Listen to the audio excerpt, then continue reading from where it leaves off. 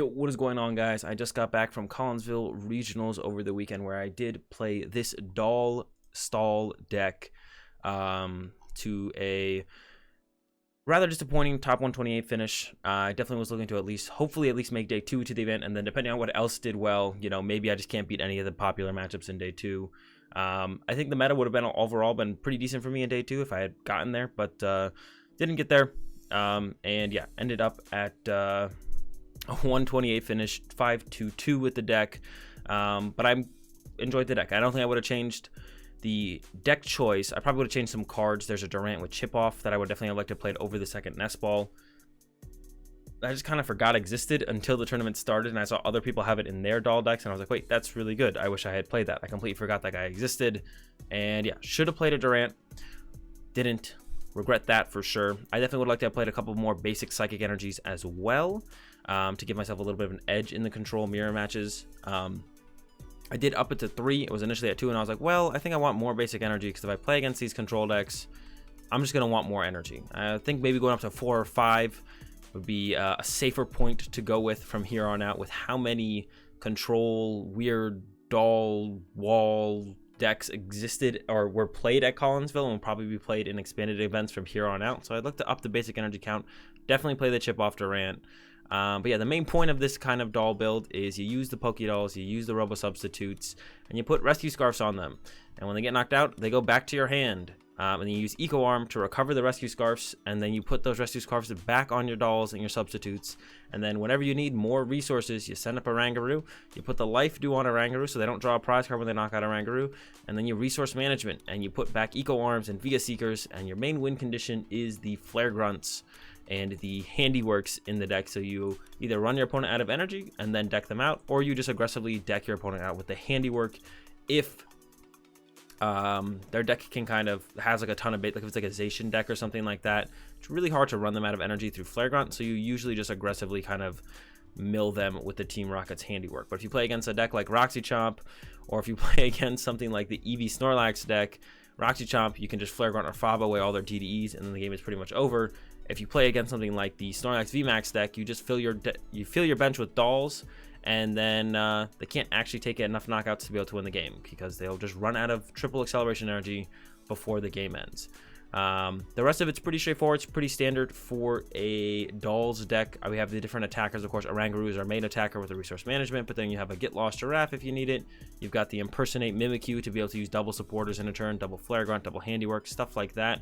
I do play Psychic Energy, so I can use the Mischievous Hands if I want to. I got close to using it in Collinsville a couple times, but my opponent usually scooped before I had to, and I never really had to. It was just like had a couple Pokemon sometimes that would be really annoying to deal with, and I might have started Mischievous Handsing them.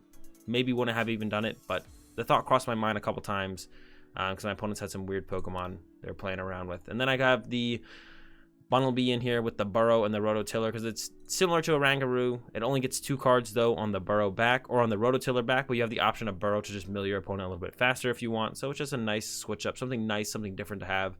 That's really why I wanted the chip off Durant as well. I completely forgot it was a card. Figured out about it as the tournament went on. I was like, yeah, I know that card exists. I guess I just didn't think of it. Definitely would have played that over the second nest ball. Just give yourself another option of a kind of control card to work with. And yeah, like I said, the rest of the deck is pretty similar to all control decks you'll see going around these days. We do play greens because we don't play any Pokemon with abilities. Tropical Beach because it's really good when you're not attacking some turns because you just have a doll in your active. Force Steven's Resolve because keep picking any 3 cards out of your deck to set up kind of some combo plays or the correct line to start, you know, aggressively using Handiwork or Flare Grunt, or just setting up a lot of dolls while there's a doll in your active, so your opponent's not getting a prize card anyway is pretty good. Steven's Resolve is just really nice for that. Tate Liza, sometimes you need to just be able to go Via Seeker for a switch option, or just shuffle your hand into your deck so you don't deck out against other control decks.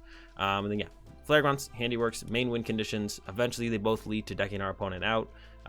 Usually our opponents scoop before that happens. I got a Gladion in here because you need to find important cards. Specifically, for the most part, the Life Dew is the biggest thing you don't want to prize, because there's a lot of you got multiple of most of the other stuff. We don't really need any of the main attackers every game except for Oranguru usually. If we prize a doll or 2, we don't care. If we prize a Clay or 2, we don't care. If we prize one of the Flare Grunts or one of the Handiworks, once again, don't really care as long as we have one of the other ones to work with. So yeah, Gladion, only really need the one of, because you just sometimes need to get, you don't even always need to get something out of the prize cards. If you can find a turn to use it, it's usually just best to go ahead and use it on that free turn that you found to go ahead and get something out of the prize cards. That's better than a Gladion in your deck. So yeah, sometimes you do prize important stuff like the Life Dew, maybe like your Ordinary Rod when you really need it, something like that. So you use the Gladion, go get that out of your deck. Got a Ranger in here, you might hit a Seismitoad. The big thing for the big reason to play the Ranger is the ADP deck, or ADP decks in general.